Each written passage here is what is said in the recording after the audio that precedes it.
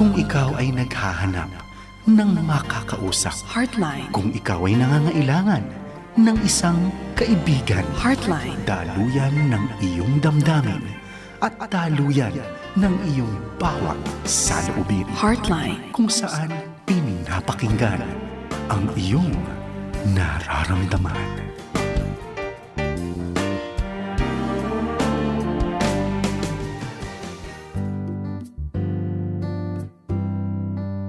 Magandang gabi sa iyo kaagapay na nakatutok dito sa 702 DZAS FEBC Radio TV, Agapay ng Sambayanan. At welcome po dito sa programang Heartline Tuesday Legal Edition. Tayo po ay proud and active member ng KBP o ng Kapisanan ng mga broadcaster ng Pilipinas. Kumusta ka kaagapay?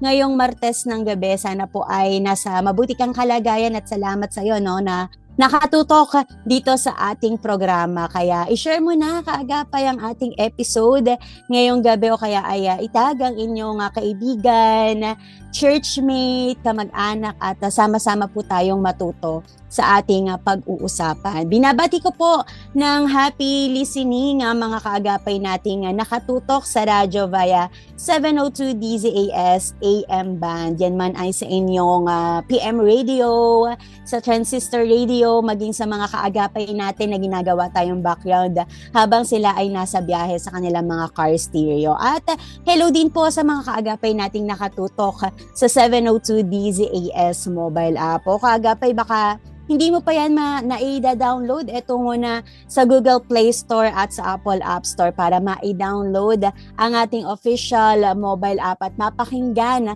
ang inyong agapay ng sambayanan anytime and anywhere. Of course, happy watching din sa mga kaagapay nating nasa Facebook and the YouTube live streaming sa 702 DZAS FEBC Radio. Muli po kaagapay, i-share nyo na po ang ating live streaming at syempre huwag kalimutang i-follow ang ating mga official social media platforms para updated ka sa mga ganap dito po sa ating himpilan. At ito po pala si Kayla Escalante ang makakasama po ninyo ngayong Tuesday dito nga po sa programang Heartline. Binabati rin po natin ng magandang gabi, magandang umaga, magandang hapon ng ating mga kaagapay saan mang panig ng mundo, lalo na po yung mga kaagapay nating overseas Filipino worker na malayo man ay para ring malapit dahil lagi nga nakatutok dito sa ating programa. Pagbati po kay Nanay Nora Cancela, kay Manay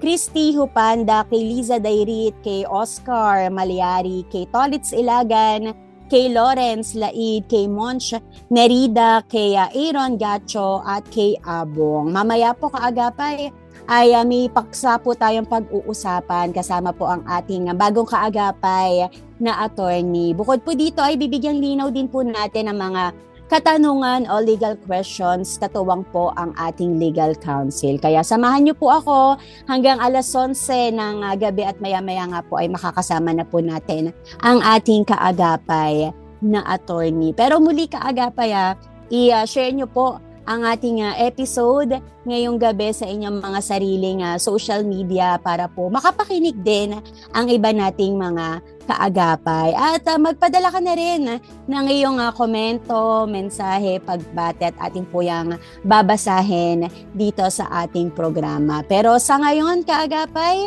bigyan daan po muna natin ng ilang paalala. At kung ikaw ay team radyo, mapapakinggan ng isang awitin. At kung ikaw ay nasa online, mapapanood naman ng ilang videos about FEBC Philippines. Pero dyan ka lamang, magbabalik po ang Heartline Tuesday Legal Edition.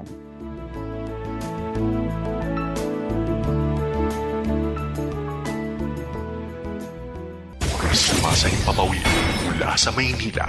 Ito ang Far East Broadcasting Company Philippines. FEBC. Himpilang 702 DZAS. Agapay ng Sambayanan. Kasapi sa KBP, Kapisanan ng mga Broadcaster ng Pilipinas. Heartline. Kung saan pinapakinggan ang iyong nararamdaman. Magandang gabi pa rin sa iyo, kaagapay. Ang aking pagbate ngayong Martes ng gabi, ito po si Kayla Escalante at kayo pa rin po ay nakatutok dito sa programang Heartline, Tuesday Legal Edition over 702 DZAS, FEBC Radio TV, Agapay ng Sambayanan. Kamusta ka, Agapay, ang iyong pakikinig? Naku, sana po ay napagpala ka ng awiting napakinggan natin kanina. At ngayon nga po, samahan niyo pa rin po ako para sa ating diskusyon sa iba't ibang mga usaping legal at pagsagot sa mga katanungang legal. At kung kayo rin po ay may mga nais na paksang mapag-usapan dito sa ating programa, mag-comment lang dito po sa ating Facebook page o kaya ay magpadala ng mensahe sa ating official Facebook page na 702 DZAS FEBC Radio. Muli, ako po si Kayla Escalante at sa pagkakataong ito, kasama na po natin ang ating bagong kaagapay dito sa ating programa, si Attorney Minstrel More. Magandang gabi po, Attorney. Magandang gabi. Magandang gabi rin sa lahat na nakikinig sa Heartline Tuesday Legal Edition. Hello, everyone. Thanks Attorney po, salamat po na kayo po ay available para po dito sa ating programa. Attorney, bago po tayo mag-start ay baka po may mga nais po kayong batiin. Okay, babatiin ko lang aking pamilya, si Robert More, mom ko si Nadine, sister ko si Haisel, and mga kasamahan ko sa Navarro Law Offices, and friends from IBP Rizal RSM. Hello sa mga nakikinig. Yan po, happy listening po. Yes, kaagapay. Maaari pong familiar po sa inyo ang surname ng ating kaagapay ngayon dahil si Attorney Minstrel po ay anak ng ating kapapuri na si Kuya Robert More. Kaya po very exciting ang ating episode ngayon at excited din po ako na makasama si Attorney Minstrel. So si Kuya Robert po ang isa sa mga mahuhusay nating papuri composer at siya po ang nag-compose ng Tsuper ng Buhay at related dyan, kaagapay ang aming pag-uusapan ngayong gabi. Dahil nga po bukod po sa pagsagot sa mga katanungan ng ating mga kaagapay, ay nais din po nating kunin ang pagkakataong ito na makapagbahagi ng kaalaman ukol po sa mga bagay na may usaping legal. Kaya po sa gabing ito, aming pong pag-uusapan ni Attorney ang patungkol sa Republic Act number 8750 o yung Seatbelt Use Act of 1999. Sabi sa'yo, kaagapay, related yung Tsuper ng Buhay sa aming pag-uusapan ngayong gabi. Saka ba sa mga bumiyabiyahe na parang ayaw mag-seatbelt dahil hindi daw komportable dahil medyo nasasakal. Pero alam mo ba, kaagapay, na sa batas ay may ipinag-uutos sa mga motorista, yan man ay private or public, ng paggamit ng seatbelt. At nag-uutos din po sa mga vehicle manufacturers na maglagay ng seatbelt devices sa lahat ng ilalabas nilang sasakyan. So sinasabi talaga sa batas na mag-seatbelt tayo at yan nga ang ating pag-uusapan ngayong gabi. Ano nga ba yung sakop nitong RA 8750 at ano yung mga ipinagbabawal at penalty sa batas na ito. Kaya Attorney Minstrel, atin po nga simulan. Ano nga po ba itong RA 8750? Okay, so ang RA 8750 ay tinatawag na Seatbelt Use Act of 1999. So under this law, isinasaad na polisiya ng ating gobyerno na protektahan yung mga mamamayan, particularly yung mga passengers and drivers ng private and public motor vehicles mula sa mga posibleng sakuna or injury na kung sila ay magkaroon ng vehicular accident. So para gawin to, nag-decide yung ating gobyerno na gawing mandatory ang pagsuot ng seatbelt at hindi lamang ito, mandatory din sa mga manufacturer na ang mga motor vehicle na kanilang gagawin or mga importers na ang vehicles na kanilang i-import ay merong seatbelts na magagamit ng mga pasahero at driver nito. So, yun ang basically summary ng Seatbelt Use Act of 1999. Opo. So, hindi lang po ito nag-uutos sa mga may-ari ng sasakyan pero maging sa mga manufacturers na Yes. maglagay ng seatbelt device. Attorney, ano po yung mga sakop o ipinag-uutos po nito bukod po sa ating nabanggit kanina? Okay, so pwede nating i-divide yung batas into two. For the Mm-mm. drivers and for the manufacturers, Mm-mm. importers. So para sa mga driver, kung ikaw ay isang private citizen, syempre kung ikaw yung nagmamaneho, tsaka yung kasama mo na passenger sa front Mm-mm. side, you are required to simply wear yung seatbelt. Tapos kung ikaw naman ay nag-ooperate ng public utility vehicle, required din na maglagay ka ng signage para sa mga front seat passenger na magsuot din ng seatbelt kapag nasa loob ng vehicle. Dito sa Pilipinas, wala pa tayong batas na ginagawang mandatory ang mga child seat. Yung Mm-mm. kung na alam niyo sa states, required and very strict sila sa mga Child seat. seat. Oo, para yung mga bata kahit nasa likod sila or ano protektado sila. Pero dito sa Pilipinas, as of today, wala pang ganong batas. Oo. Mm-mm. And then, for the manufacturer, assembler, importer, and distributor naman, gaya ng sabi ko, kailangan nilang isiguraduhin na yung mga motor vehicles nila ay mayroong seatbelt na masusuot ng mga pasahero at driver nito. At kung hindi nila ito gawin, maapektuhan yung registration ng motor vehicle and meron Mm-mm. din karampatang penalties para dito. Opo. So later on ay ating i-discuss ano yung penalties pagdating sa paglabag sa batas na ito. Pero attorney, ano po yung mga karapatan and tungkulin po na kinikilala ng batas na ito? Okay, so as for the rights ng mga mamamayan, because of this law, meron tayong lahat na karapatan upang makagamit ng mga sasakyan na mayroong proper safety devices gaya ng seatbelt. So maganda ito kasi makakasiguro tayo na yung sasakyan natin, because of this law, it contains, yun nga, merong seatbelt both for the driver Mm-mm. and the passengers to ensure yung safety nung sasakay dun sa motor vehicle na ito. Tapos, yung mga tungkulin naman na kinikilala nitong batas ay, again, for the drivers and passengers to simply wear the seatbelts, and for the public utility vehicles na paalalahanan dapat ang kanilang mga mananakay na magsuot ng seatbelt. Mm-mm. And for, Okay. again, the manufacturers, kailangan talaga lahat ng motor vehicle na i-distribute nila sa public ay merong seatbelt. Seatbelt, oo. No? So, talagang ang batas na ito ay para promotekta din naman sa atin na mga mananakay ng private man or a public vehicle. Attorney, sino po ang implementing agency pagdating po sa batas na ito? Okay, so this law ay ini-implement ng Land Transportation Office or LTO, pati na rin ng MMDA at ng Mm-mm. PNP. Sila yung mga authorized agencies para to make sure na executed properly itong batas na ito. Mm-mm. Okay po. So, syempre yung mga department agencies natin na pagdating sa transportation and ang PNP. Attorney, kanina po na banggit po ninyo ang penalty. Ano po ba ang mga karampatang penalty kapag po may nilabag dito sa batas na ito? Oo. Kasi aminado naman ako, minsan makakalimutan ko rin siya na mag-seatbelt. Pero most motor vehicles today, at least the newer ones, meron na silang parang warning. May sound na nakikreate, di ba? Kapag hindi ka naka-seatbelt yung driver or yung sa passenger seat.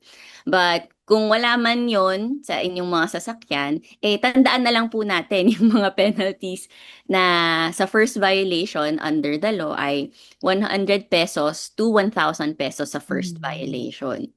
So, then yung fine naman sa second violation is from 200 pesos but not to exceed 2,000 pesos. And then for the third third and succeeding violation, minimum fine of 500 but not to exceed 5,000 pesos. And pwedeng masuspend yung driver's license mo for a period of 1 week.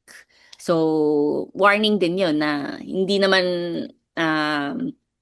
worth it na dahil lang hindi tayo nag-seatbelt, mawawalan tayo ng lisensya, di ba? So, yun ang penalties niya. And then, for the PUVs na hindi maglalagay ng, gaya ng sinabi ko, mga signage, pwedeng ma-fine sila ng minimum of 300 pesos but not to exceed 3,000 pesos for every violation. Okay po. So, basically, may multa, may suspension ng license. So, medyo mabigat na kapag lagi nang nahuhuli dahil Yes, correct. hindi nagsi-seatbelt. Kaya nga ang reminder sa ating mga kaagapay, sundin itong batas na ito. Hindi lang naman para din sumunod at para maiwasan yung penalty. Syempre para din sa safety natin, no, sa pagsakay ng mga public and private vehicle. Attorney, ano na lang po ang inyong reminder po para po sa ating mga kaagapay ukol po sa batas na ito? Okay, so sa ating mga kaagapay, gusto ko po sana kayong paalalahanan na laging magsuot ng seatbelt, hindi lamang po sa inyong safety but also for the safety of the people around you. This law was enacted para sa kaligtasan ng lahat ng mga mamamayan at mga gumagamit ng mga sasakyan. So it will be for your benefit and for the benefit of your loved ones din. So lagi tayo magsuot ng seatbelt. Yan, maraming salamat po, Attorney, sa makabuluhang talakayan na ito tungkol nga kaagapay, no, sa RA 8750 o yung Seatbelt Use Act of 1999. So sana kaagapay ay meron kang napulot na kaalaman tungkol dyan. Pero sa ngayon, we will pause muna for a break para po nga sa ating mga nasa radyo makakapakinig po ng isang awitin. At kung team online ka naman, antabay lang po kayo habang nanonood ng ilang videos about FEBC Philippines. At sa ating pagbabalik, tuloy-tuloy po tayo sa pagsagot ng mga katanungan legal. Kaya muli, kung kayo po ay merong legal concerns, patuloy nyo po yung ipadala dito po sa ating programa at sasagutin po yan ni Attorney Minstrel. Pero sa ngayon, dyan ka lamang kaagapay, magbabalik po ang Heartline Tuesday Legal Edition.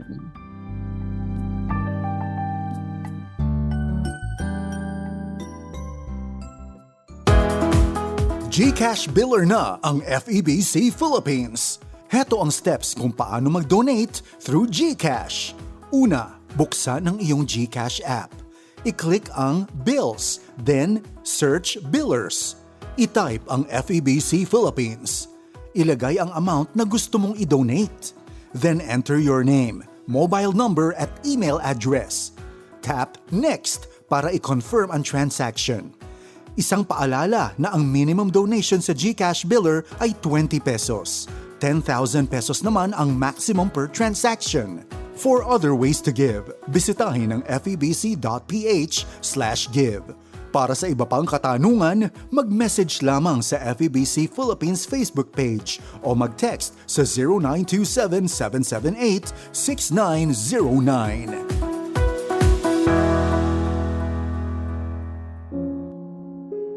Sobrang daming insecurities ko noon. Sa likod ng mga ngiti, sabi ko sa sarili ko, kailangan long hair para mas maganda. Kailangan payat ang katawan para maraming maka-appreciate at magmahal. Maraming talent at achievements para may humanga. Kailangan sa lahat ng bagay perfect. Kailangan ikaw lagi ang piliin. Hindi ka dapat magkamali dahil nakakahiya. Hinahanap ko lagi ang kanilang approval. No space ang rejection sa aking katauhan. Gusto ko laging tanggapin at mahalin. Pansarili ang iniisip. Di ko gets ang sarili pero parang may kulang.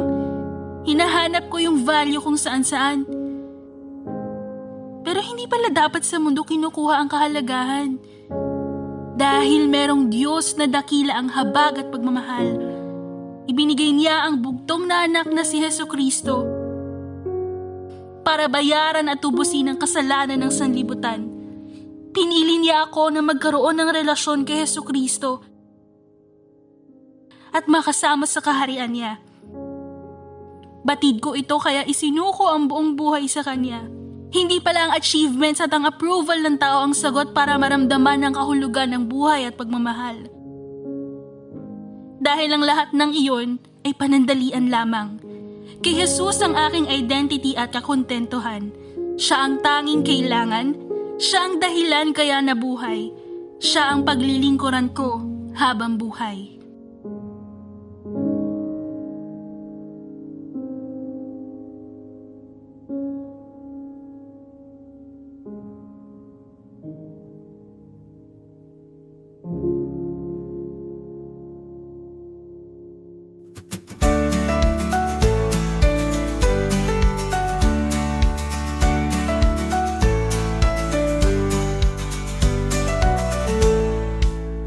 Tinig ng pag-asa sa bawat tahanan, sa bawat kwento, sa bawat salinlahi.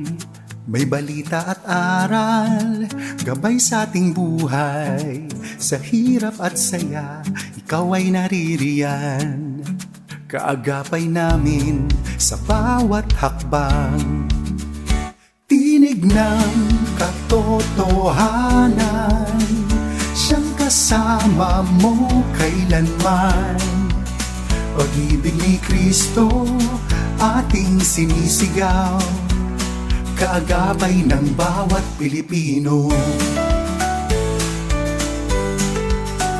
702 DZAS. Musika at dasal, hatid mula umaga. Sa pagsapit ng gabi, ikaw ang siyang liwanag. Kaagapay sa hirap, maging sa ginhawa. Pag-ibig ni Kristo, taglay ng bawat salita. Tinig ng katotohanan, siyang kasama mo kailanman. Pag-ibig ni Kristo, ating sinisigaw. Kaagapay ng bawat Pilipino. 702 DZAS. Agapay ng sambayanan. 702 DZAS.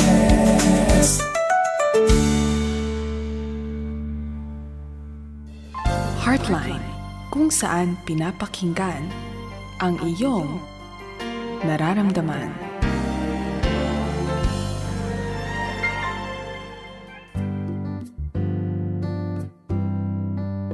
Kaagapay, nagpapatuloy po ang Heartline Tuesday Legal Edition sa inyong 702 DZAS FEBC Radio TV, Agapay ng Sambayanan. Muli ako po, si Kayla Escalante, bumabati po sa inyo ng magandang gabi at patuloy po ninyong i-share ang ating episode, iatag ang inyong mga kaibigan, kamag-anak, kapamilya at sama-sama po tayong matuto. Kasama pa rin po natin ngayon si Attorney Minstrel More para sagutin naman po ngayon ang mga katanungang legal na ipinadala at ipinagkatiwala ng ating listeners and the viewers. Muli kaagapay, pwede nyo pa rin pong i-share ang inyong mga legal concerns. I-message po kami o mag-comment po dito sa ating ongoing Facebook live streaming. At sa puntong ito, tayo po ay dadako na sa ating mga questions. At magandang gabi po ulit, Attorney Minstrel More. Yan po. Tayo po ay proceed sa ating legal questions. Attorney, ang question number 1 po. Siya raw po ay nagkautang sa isang tao dahil sa investment na umabot ng 300,000. Nag-usap po sila sa police station at gumawa ng agreement. Kasama po yung abogado. Ang agreement po ay maghuhulog ng 20,000 kada katapusan. Pero ngayon daw po wala pa yung katapusan, pero sinasabi nila na wag na raw sundin yung agreement at direkta na po silang magkasuhan ng estafa. Pwede po ba nila akong kasuhan ng estafa kahit may agreement na kami?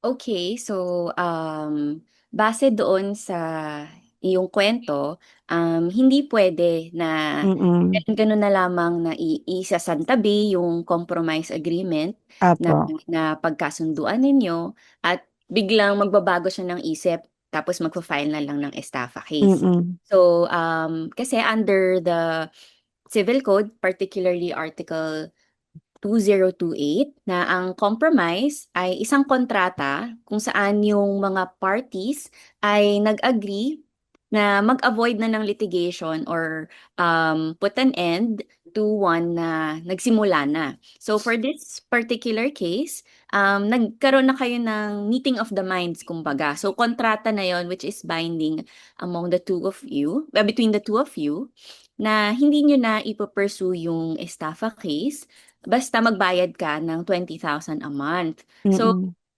kumbaga, dahil nag-enter na kayo into this agreement, and itong agreement na to ay legal naman, and yung debt which you incurred is generally civil, hindi basta-basta pwedeng sabihin na, ay, sasampahan kita ng estafa. Hindi, Mm. hindi ganon.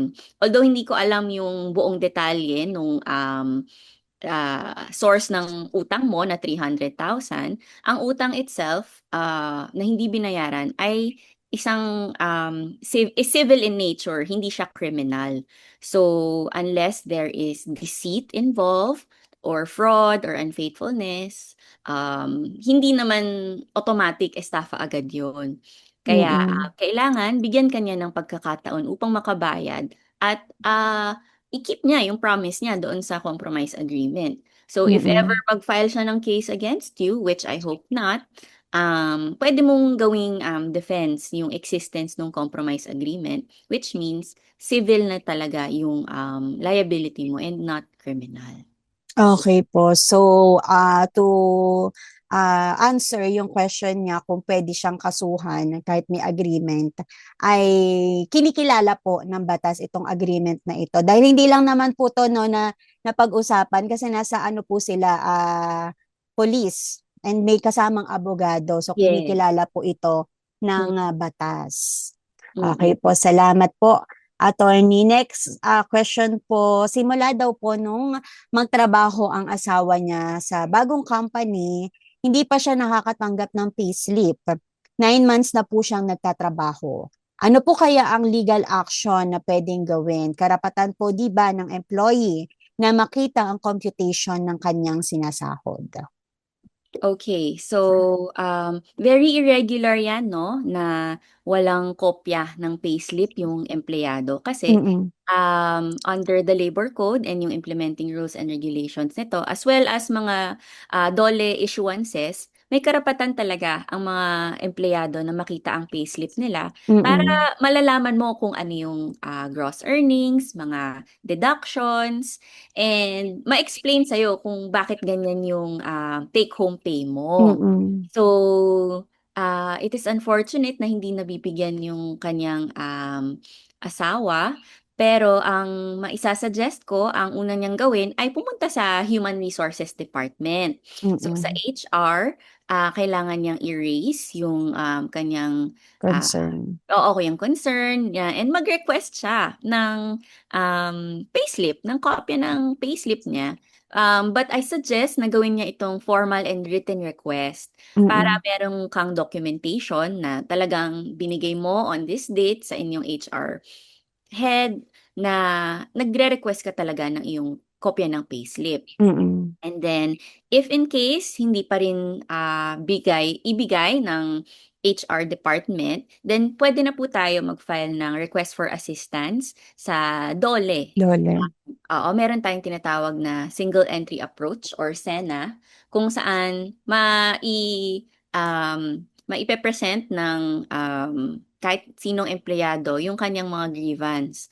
And yun yung pinakamabilis na legal remedy upang yung DOLE na mismo ang magtatawag ng isang representative from the company para Mm-mm. mapagharap yung employee and yung employer and ma-discuss nila kung paano nila ma-resolve yung problem at hand, which in this particular case is yung failure of the employer to provide the payslip.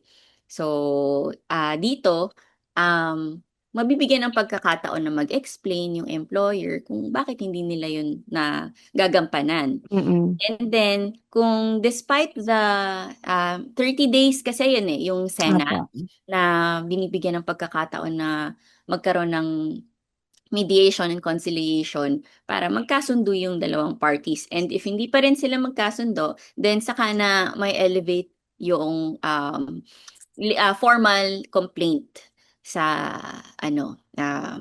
sa DOLE or through Mm-mm. NLRC. So Okay po. there. So, HR muna, of course, Correct. magre-request ka ng copy and then pag walang action, that's the time po na mag-report sa DOLE. Yes, correct. Okay po, okay po. So, ganun kaagapay no, yung pagkakasunod-sunod nung hakbang na gagawin natin. Kung ikaw man ay nasa ganito ding sitwasyon na wala kang copy ng iyong payslip. So, sa HR muna and then sa DOLE kung walang action pa rin si HR. Thank you po, Attorney. Another question po. May kaibigan daw po siya na palaging humihiram ng motor niya. Noong huli niya itong ginamit, hindi siya nagpaalam at basta na lang kinuha ang susi habang basta na lang po kinuha yung susi. Ngayon daw po ay naaksidente gamit yung motor at nasa ospital. May nabundol din po siya at nabali ang binte ng nabundol kaya kinailangang sementuhan. Ngayon po ako ang sinisisi ng pamilya ng nabundol dahil sa akin daw nakapangalan yung motor. Hindi ko naman po alam na ginamit niya ang motor at marami pong makakapagpatunay na ginamit niya ito nang walang paalam. Ano po kaya ang dapat kong gawin? Okay, so unfortunately, kaagapay, meron tayong tinatawag sa Pilipinas na registered owner rule. So, Mm-mm. ang mga vehicular accidents ay governed by the registered owner rule, meaning kung sino yung registered owner ng vehicle na nag-cause ng accident. In this Mm-mm. case, dahil sa'yo nakapangalan yung motor, ikaw yung easily na pwedeng ma-run after nung injured party. So, dahil dito, yung tao, kung kanino nakapangalan yung motor vehicle or in this case yung motor, ay magiging directly and primarily responsible to the persons who suffered damages or injuries Mm-mm. dahil inoperate itong vehicle na ito. Ngayon, naintindihan ko na sinabi mo nga na hindi mo naman inauthorize yung iyong kaibigan Mm-mm. na gamitin yung motor mo. Unfortunately, hindi yon magiging depensa na hindi ka na pagbabayarin. Pero, hindi naman ibig sabihin nito na hindi mo pwedeng singilin itong kaibigan mong talagang pasaway kasi nakainom nga tapos nagmotor pa siya, 'di ba?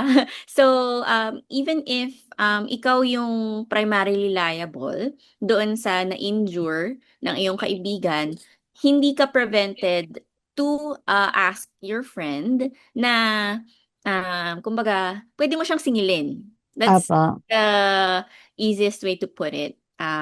Pwede ka niyang i-reimburse for the expenses that you will incur para ipagamot yung na-aksidente. At just to clarify, no, ang reason behind this is to provide immediate relief doon sa na injured party, kumbaga. Mm-mm. Kung hahanapin pa niya kung sino talaga yung person at fault, what if tumakas, 'di ba? Or what if yun nga hindi mahanap yung driver.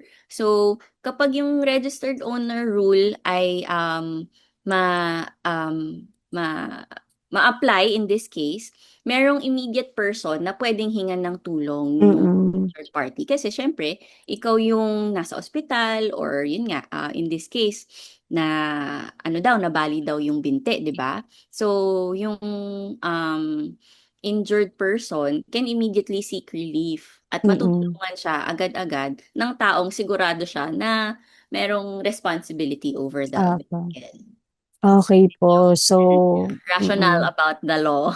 mm-mm. Registered owner rule. Okay po. So, may responsibility yung owner kahit na hindi ikaw yung talagang naka-injure dun sa tao. Dahil sa'yo nakapangalan, sa'yo registered yung motor vehicle. So, ganun pala yun. Salamat, attorney, sa paglilinaw na yan. So, kaagapay, kaya maging careful din tayo sa Correct. pagpapagamit ng ating mga motor vehicle dahil kung ano man ang mangyari, cargo pa rin natin yan dahil sa atin nakapangalan yung sasakyan na yan.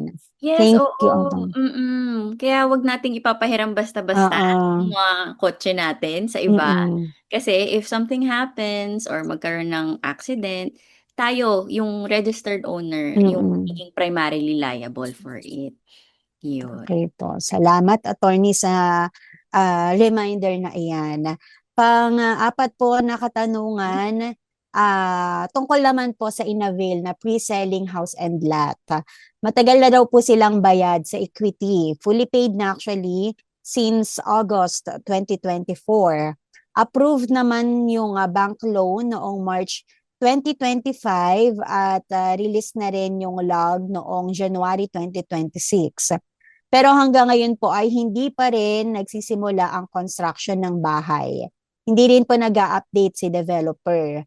Lagi lang po nilang sinasabi na naka-line up na since 2025 pero hanggang ngayon wala pa rin pong nangyayari. Ano po kaya ang pwedeng gawin at saan po kaya kami makakahanap o ano po ang pwede nilang gawing legal?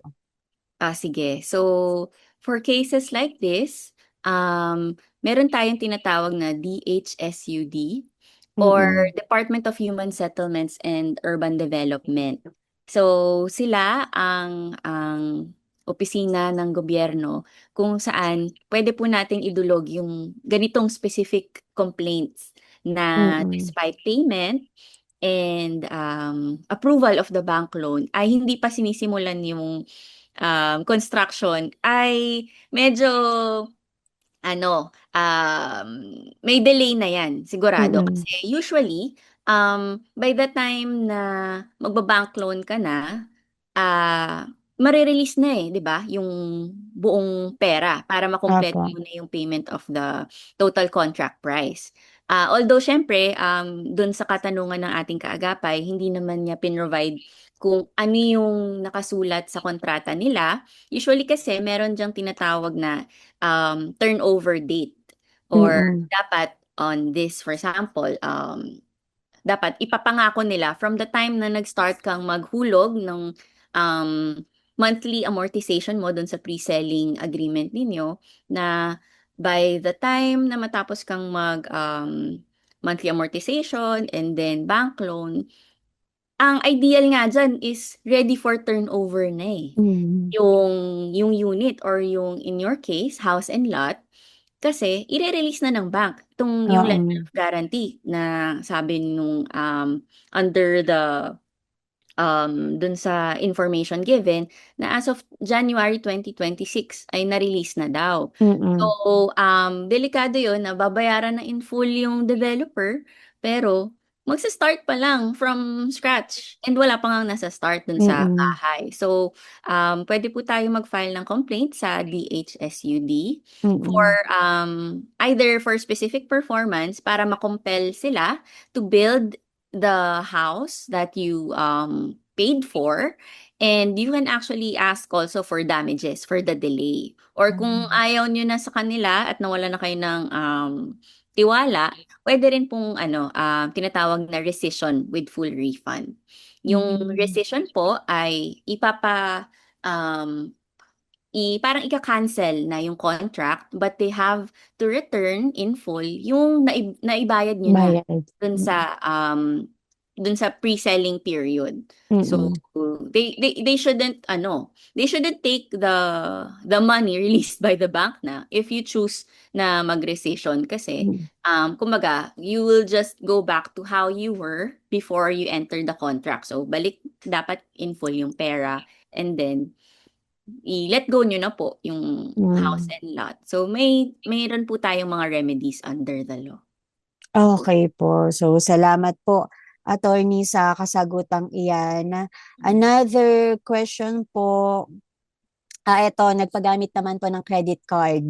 Kung kanina po motor, ngayon naman ay credit card. Oo nga eh, Yung, ang babait ng mga kaagapay yeah, natin. Nagpapahiram ng motor, credit card. credit card. Dito naman po ay friend ng pinsan niya. Kumuha daw po ng iPhone 17 and AirPods. Sumunod naman po ay kumuha rin yung kapatid niyang lalaki ng another phone, another AirPods and case. Umabot daw po sa 231,000 ang total na nagamit nila sa credit card, and may penalties na rin po dahil 2 months nang hindi nagbabayad. Puro dahilan lang po ang sinasabi nila. Ngayon po, sabi ay magbabayad daw ng 37,000 kasama na po yung dues nila. Magkapatid na 2 buwan ng delayed. Ano po kaya ang magandang gawin kung hindi pa rin po sila magbabayad? Malaki-laki po kasi ang halaga at hulugan pa po ito ng 2 years. Sige. I'm so sorry to the to our kaagapay na ano, sa kanyang kabaitan ay unfortunately na-take advantage ang iyong kindness and generosity ng iyong kapatid, pati ng iyong pati kaibigan ng iyong Opo. kapatid. Oo. Tama ba? Friend ng pinsan Pinsan, pala, opo. oo. Friend na nga ng pinsan at saka pati kapatid niya, di ba? Opo.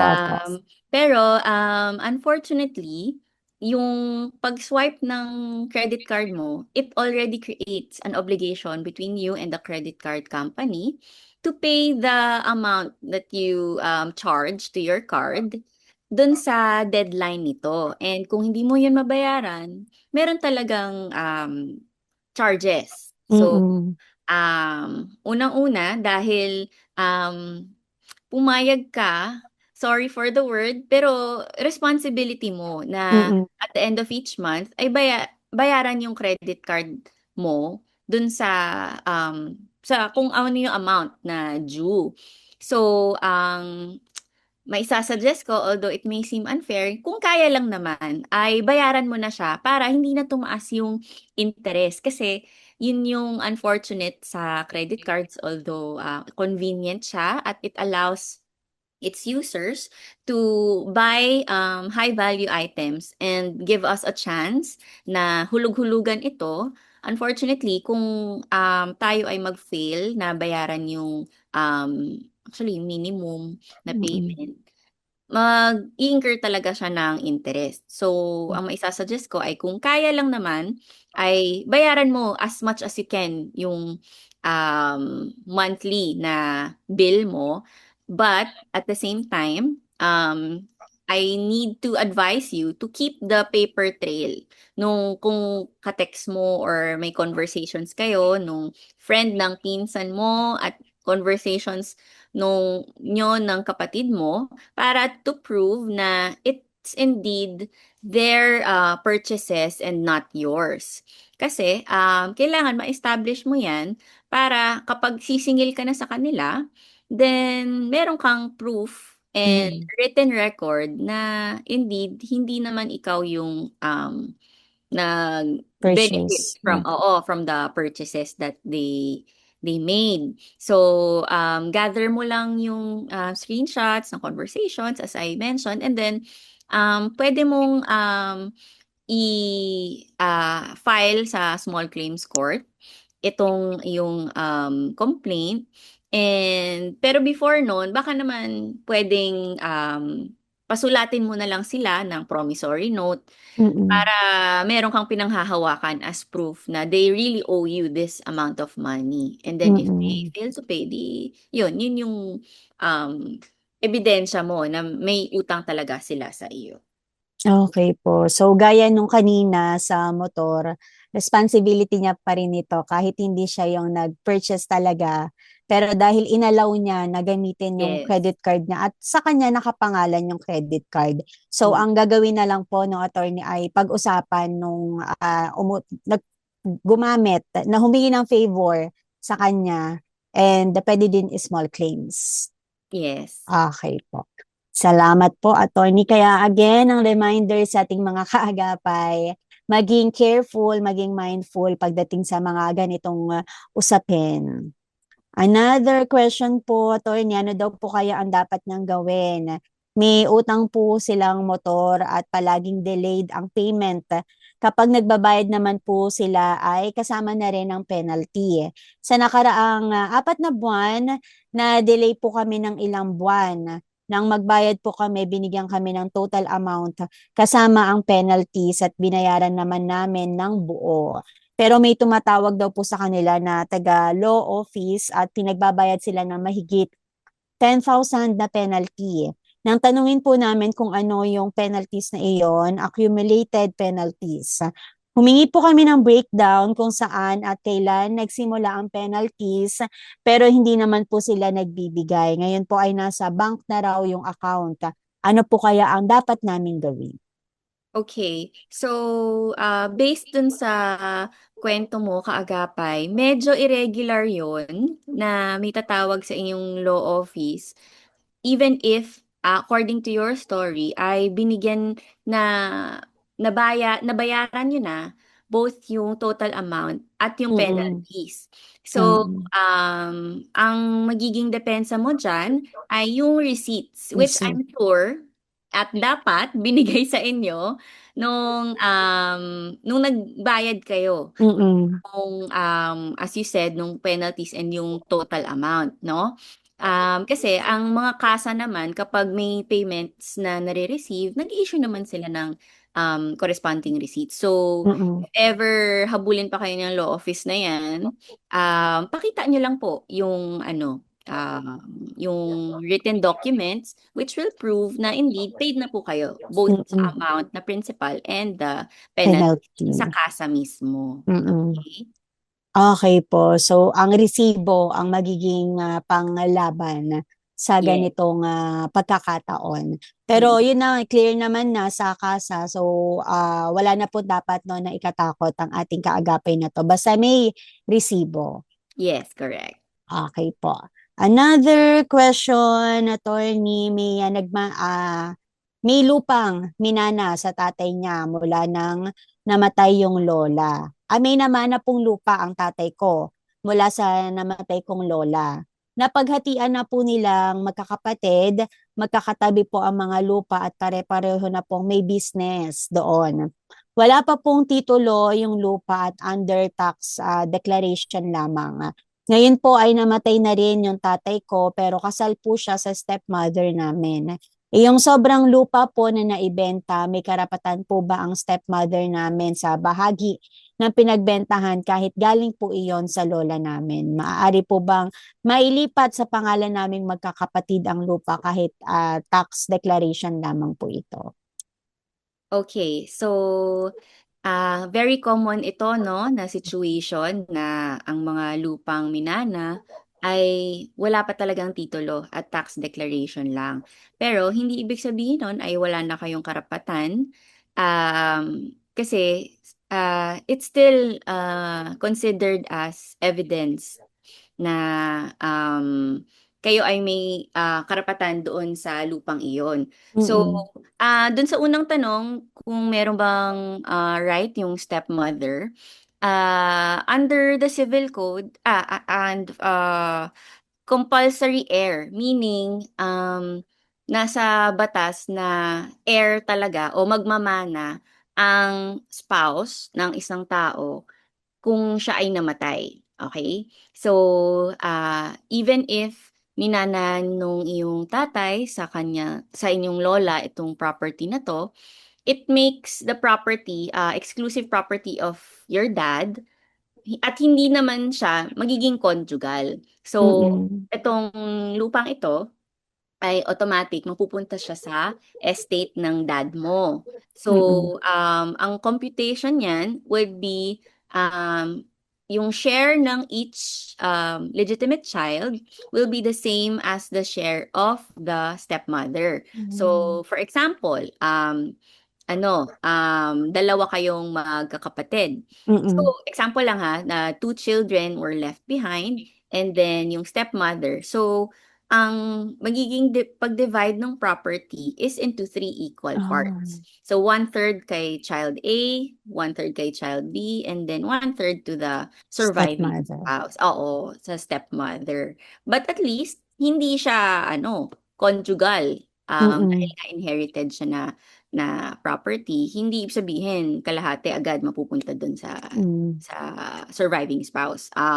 Here, equal shares yung mga anak at yung stepmother. So there. Okay po. And Mm-mm. can they transfer property only with the tax declaration? Yes, of course. Kailangan nyo lang din na mag-file ng extrajudicial settlement of estate para malaman na indeed namatay yung inyong father na walang utang or any liabilities. And then, kayong mga compulsory heirs will agree to divide the estate left behind. Hindi lang yung lupang ito. I'm sure meron ding other properties or bank account. Ang extrajudicial settlement of estate ay ang isang mabilis na paraan upang hindi na mag-undergo ng litigation yung property at hand. Kumbaga, mag-a-agree na lang lahat ng heirs na okay, ito yung lahat ng properties ni dad. So, hati-hati tayo doon ng kung however you guys want to divide it. So, in equal parts as provided by the law in this case. Okay po. So, kapag puminana yung property, ay hindi po ito, equal po yung pag-divide nito sa anak at sa Yes. spouse. Yes. Opo. Pero pag po conjugal, Pag conjugal, automatic 50% would go to the surviving spouse. okay po. Kalahati. Parang 50% surviving spouse and 50% yun yung Yun yung paghahatian paghahatian ng mga mga iba pang anak. heirs. Mm-mm. Okay po. So, yan kaagapay, malinaw no, na kapag minana lang yung property ay equal yung paghahati-hati. Pero kapag conjugal, of course, 50% dun sa surviving spouse at yung another 50% yung paghahatian ng mga anak. Opo. Salamat po, attorney. Another question po. Siya daw po ay Pro-B employee at recently po ay umabsent sa work on short notice dahil bigla pong inatake ng kanyang sakit. Pumunta po ako sa clinic for consultation at valid naman po ang dahilan dahil health-related ito. May face-to-face consultation po ako and may medical certificate din. Bago po nito, nagkasakit din ako dati ng 1 linggo pero nakabalik naman ako agad sa work pagkatapos gumaling at may med-cert din po. Ang concern ko po ay maaari po ba nila akong tanggalin, lalo po kung isang Pro-B employee ako nang walang proper notice. Okay, so under the law, kahit sinong empleyado, whether probationary or regular, ay hindi pwedeng basta-basta na lang i-terminate ng walang due process, no? Mm-mm. And dahil sa kasong ito, probationary employee ka pa lang, merong specific means kung paano ma-terminate ang isang probationary employee. So, yung una ay failure to meet yung standards of the company for regularization. So, 'di ba pag simula ng trabaho, pag mag-enter ka, i-explain sa'yo kung ano yung standards na kailangan mo i-meet dahil nga probationary ka. So, they have to inform you what you have to do, yung performance metrics and standards, kailangan ma-explain sa'yo from the start para meron kang goal na Mm-mm. ma-meet ko to or gawin kong ganitong kaayos yung aking trabaho para ma-regularize ako. So, if ma-fail mo to meet yung standards na yun, then it's only that time na pwede kang ma-terminate. But, Mm-mm. let's remember, meron tayong tinatawag na twin notice rule or two notice rule na under the law, kailangan i-inform ka muna by giving you a first notice about yung gaps in your performance and bigyan ka ng opportunity to explain your side. And then, final notice of termination if hindi mo pa rin yun ma-fulfill. Pero sa case mo kasi, ang sickness is a valid excuse naman talaga for being absent, 'di ba? As long as hindi naman habitual yung absenteeism mo. Um, kasi kapag habitual siya, meaning palagi ka na lang talagang absent ng walang valid reason, then yun yung pwedeng pumasok sa just causes. Which means dahil at fault ka, then meron talagang right yung employer mo to terminate you. But still, bibigyan ka nung due process, which is the Mm-mm. twin notice rule na sinasabi natin. So ang absenteeism na repeated can be considered as part of gross and habitual neglect of duties. Pero in your case, since valid naman na uso talaga ang sakit ngayon eh, 'di ba? May flu or dahil sa changes ng weather. So as long as meron ka namang medical certificate, then dapat maintindihan 'yon ng iyong Mm-mm. employer. So there. Okay po. So, valid yung, syempre, kahit naman po sino ay, di naman po natin gustuhin na magkasakit. Basta po merong medical certificate ay dapat po kilalanin po iyan ng Mm, employer. Yes, correct. Okay po. Salamat po, attorney. At ito po usaping loan naman po, utang. Pwede daw po bang kasuhan yung nag-post ng mukha niya sa social media? Wala naman po akong utang sa kanya. Sa nanay niya po ako may utang na 3,800. At hindi ko naman po tinatakasan dahil may usapan naman po kami. Ngayon po ay pinost ako ng anak niya at sinabi pang tumatakas daw ako sa utang at pinagbintangan po ako magnanakaw. Ano po kaya ang kaso na pwede kong isampa laban sa kanya? Okay, so unfortunately, uso yan sa Mm-mm. because of the rise of social media. Ang daming mga ganyang kaso na nag-aaway online or nagsisiraan. But our law provides ample protection. So, pwede mo siyang kasuhan for cyber libel. Kasi Mm-mm. hindi naman totoo at kasiraan sa iyong reputation yung pag-impute niya ng nakakahiya kasi yun eh. Parang talagang gusto kanyang ipahiya online. So, yun, pwede mo siyang kasuhan for cyber libel since hindi naman totoo yung mga imputations against you. Mm-mm. And yun, hindi ka naman magnanakaw. So, meron kang karapatan na ipa-take down yung post na yun. And Oo. sabihin mo na if hindi niya yun i-take down or pwede rin siyang dapat nga mag-issue siya ng apology sa ginawa niya. Pwede mo Mm-mm. siyang kasuhan ng cyber libel. Okay po, cyber libel. O Mm. dahil syempre napahiya ka na din sa mga taong nakabasa nun. And siguro po no, attorney, i-screenshot niya rin para meron siyang Proof. proof. Opo. Mm. Mhm. Okay po. So yan kaagapay, cyber libel ang pwedeng isampang laban sa mga ganitong pagkakataon.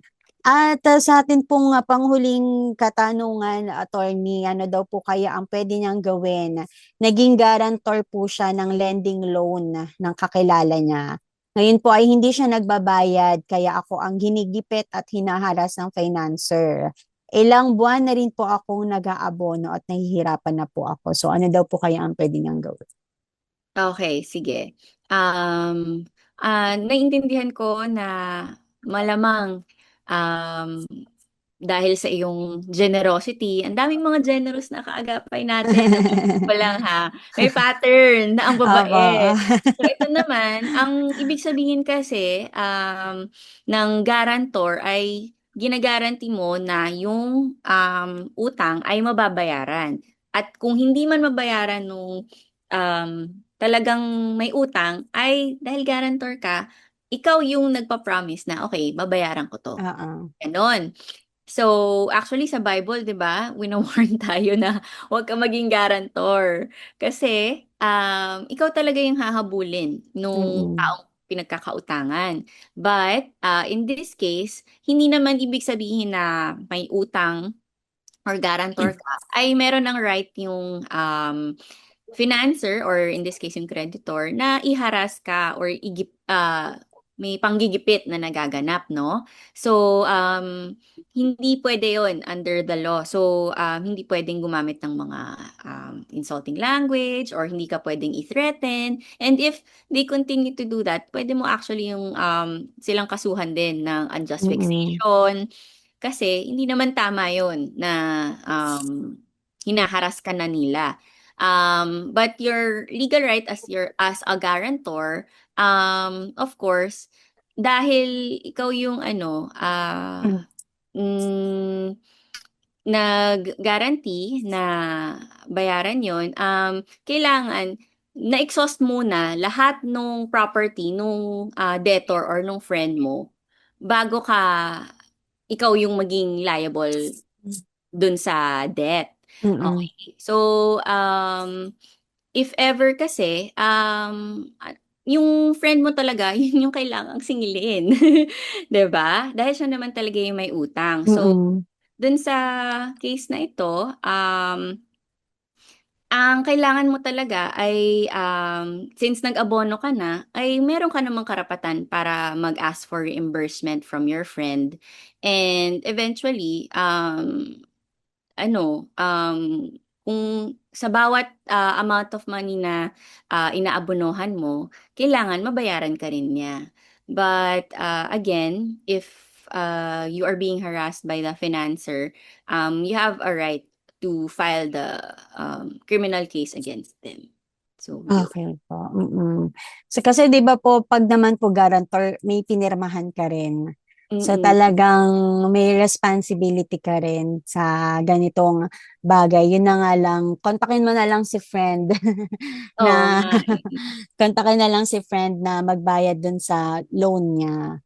Mm-mm. Salamat po, attorney, sa mga kasagutang iyan. No? Mostly po ay loan, nagpahiram ng gamit, ng credit card. Kaya ano po ang inyong reminder na lang, Mm-mm. attorney, sa ating mga kaagapay sa lahat po ng ating napag-usapang ito? Oo, sige. So, for our listeners, reminder lang po na although the Lord encourages us to love our neighbors as ourselves and to be kind and be the salt and light of the earth, 'di ba? It doesn't mean na kailangan nating bigyan sila ng pagkakataon na abusuhin naman ang ating kindness. So, Mm-mm. kagaya ng ating kaagapay na nagpapahiram ng motor at naaksidente yung pinagpahiraman niya or yung nagpahiram ng credit card tapos hindi na nabayaran or naging guarantor tapos hindi na rin nabayaran. So, let us also be prudent and exercise wisdom and discernment in our actions Mm. para din maprotektahan natin ang ating sarili against legal problems in the future if magkaroon ng complication or yun nga, aksidente na hindi man natin ito ninanais pero maari pa ring mangyari kung hindi tayo Mm-mm. careful and discerning sa ating mga actions. So, it's Okay okay to po. say no if your friend wants to borrow your motorcycle or your credit card. Okay lang na mag-no. Yan po. Maraming salamat, attorney, sa inyong mga reminder at sa pagsagot po ng mga questions from our listeners and viewers. Baka na lang po may mga kaagapay po tayo na nais pong sumangguni sa inyo, makipag-ugnayan, and for their legal concerns, saan na lang po nila kayo pwedeng makontak? Okay. So, actually, maliban sa pagiging junior associate sa Navarro Law Offices, Mm-mm. ako rin po ay isang volunteer sa IBP Rizal RSM. Mm-mm. At bilang volunteer po sa IBP, marami pong mga lawyers doon na nagbibigay po ng free legal aid.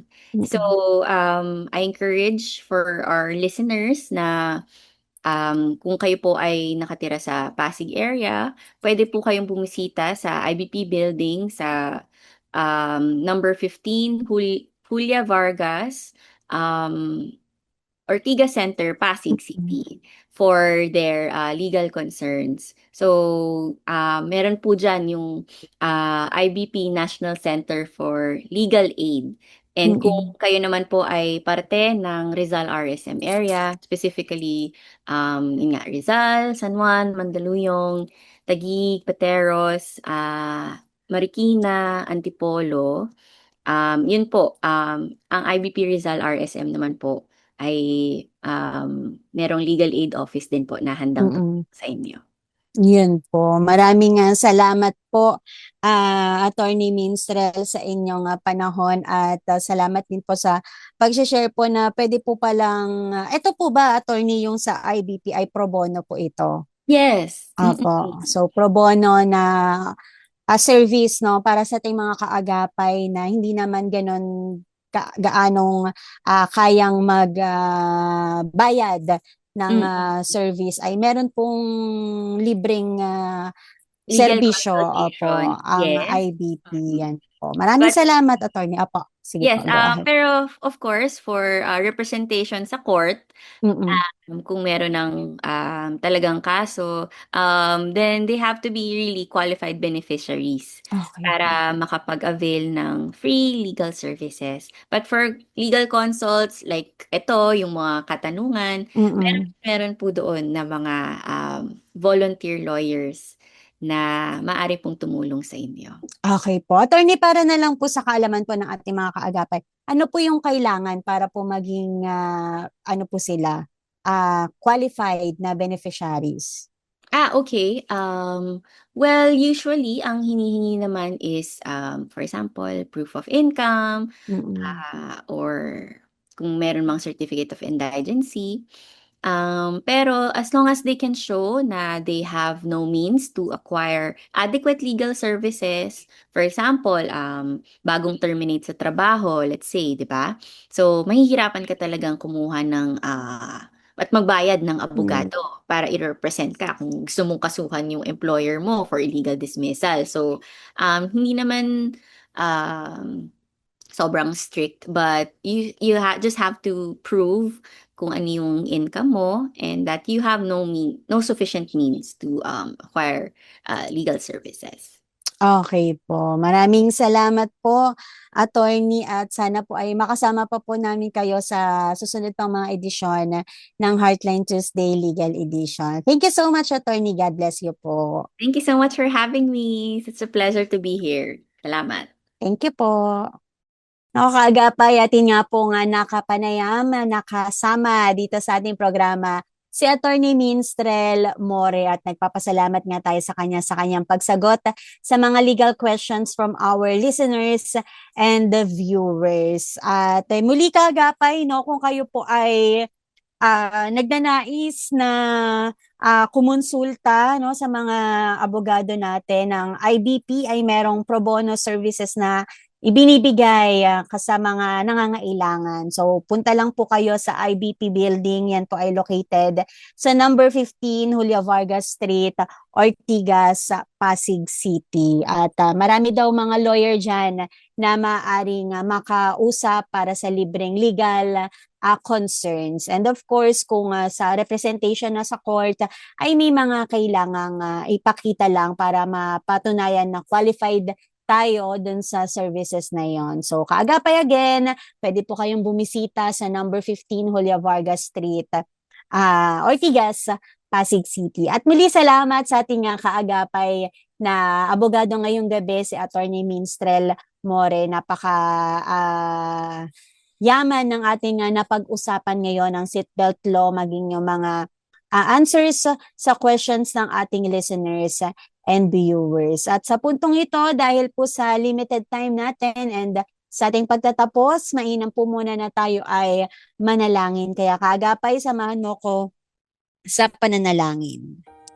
Panginoon, we thank you, we praise you for this day. Sa gabing ito, maraming salamat po, Lord, sa aming nakaagapay na si Attorney Minstrel. Ang dalangin nga po namin, patuloy niyo po siyang pagpalain, Panginoon. Patuloy niyo po siyang palakasin at patuloy niyo po siyang gawing blessing, Lord, sa mga tao na nakakasalamuha niya. At sa mga gawain, Panginoon, na iniatang niyo po sa Kanya. Lord, ikaw po ang magbigay patuloy ng wisdom, ng strength sa Kanya, Panginoon. At Lord, kayo rin po ang nakakaalam sa mga pinagdadaanan, sa mga sitwasyon na kinalalagyan po namin ng aming mga kaagapay. Ang prayer po namin, Lord, kayo po ang manguna sa kanila, kayo po ang bahala po sa kanila sa mga legal concerns nila, Lord. Kayo po ang Diyos ng kapayapaan, kayo po ang Diyos ng kaayusan, kaya po sa inyo po namin ito ipinagkakatiwala. At kayo po, Panginoon, na maging comfort nila, kayo po, Panginoon, na maging shield nila, maging guide nila, Panginoon, at sa iyo po namin ipinagkakatiwala ang aming mga buhay. Salamat, Panginoon, dahil nakikita niyo po kami, naririnig niyo po kami, Panginoon. Meron man po kami mga hindi nasasabi, pero hindi pa man po namin ito masabi, Lord, ay alam niyo na po ito dahil nakikita niyo po kami. Thank you, Lord, for that assurance. Salamat po, Panginoon, dahil alam po namin na you are in control anuman ang sitwasyon ng aming mga buhay. You are in control, Panginoon, even, Lord, sa mga most chaotic season ng aming mga buhay. Kaya Lord, kumilos ka po sa bawat isa sa amin at sa iyo po namin ipinagkakatiwala ang aming mga buhay. Thank you for your faithfulness. Salamat sa iyong pag-ibig, sa iyong kadakilaan sa aming mga buhay. Patuloy po namin kayong kinikilala, Panginoon, sa pangalan ni Jesus. Amen and amen. Kaagapay, yan po, maraming salamat sa pagtutok sa ating programa ngayong gabi. At salamat po sa pagsama sa akin ngayong aking birthday episode. Maraming salamat po sa inyong pagtutok. At basa lang ako ng mga kaagapay pa natin na bumabate sa ating Facebook live streaming. Si Ate Ems Magbitang ay nagsesend ng heart emoji. Si Kuya Efren de los Reyes, happy listening po. Si Ate Lorna Degit, kay Ate Enyen Golenya, watching from Mansalay, Oriental, Mindoro. Hello po sa mga kaagapay natin dyan sa Mindoro. Si Maribel Oribelio, si Euforsina Bernardino, si Tristan Wyatt Gulay ay nag-good evening sa atin. Si Pat Monte, nakikinig mula sa Taguig. Si Ate Lorna Degit, salamat po sa inyong pagbate. Si Emmy Chodoro, nakikinig mula sa Linwood, Washington State. Good evening po. Si Enyen Golenya ay bumabati pa rin sa atin ng happy anniversary. Si Erwin Wenceslao ay nakikinig ngayon from Korea. Annyeonghaseyo. Hello po sa ating mga kaagapay. Salamat po sa inyong pagtutok at salamat po sa mga pagbati po ninyo. Salamat po muli sa pagsama po ninyo sa ating episode ngayong gabi at maaari nyo pa rin pong i-share ang ating live streaming para po ma-replay po yan ng ating mga kaagapay. At sa puntong ito, magpapasalamat na po ko sa mga nakaagapay ko sa broadcast. Thank you sa ating Protex, si Nat Peralta, Benjo Morano, Reggie Villena, John B. Reyes at kay Kuya Benji Mosura. Maging sa ating RTV team, kay Ate Aileen Valdez, kay Angelica Calayag, kay Jabez Mancio. Salamat din sa ating masipag na assistant, si Shaira Gaborna. Salamat sa iyong assistant, Shai.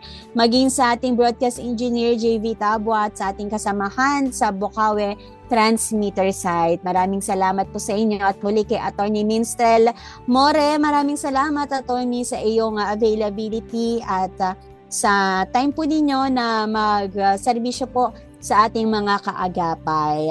At sa iyo kaagapay, muli maraming salamat po sa pagsama, pagtutok, pagpapadala ng mensahe at kung kayo po ay meron pang mga paksa na nais pag-usapan dito sa ating programa ay padala nyo lang po yan dito sa ating Facebook page. Muli ako po ang inyong nakasama ngayong Martes ng gabi. Ito po si Kayla Escalante para sa Heartline Tuesday Legal Edition. Dito pa rin po sa 702 DZAS FEBC Radio TV, Agapay ng Sambayanan. Magkarinigan po muli tayo sa susunod na Martes. Same time, same frequency. God bless you, Agapay. Bye-bye. Good night.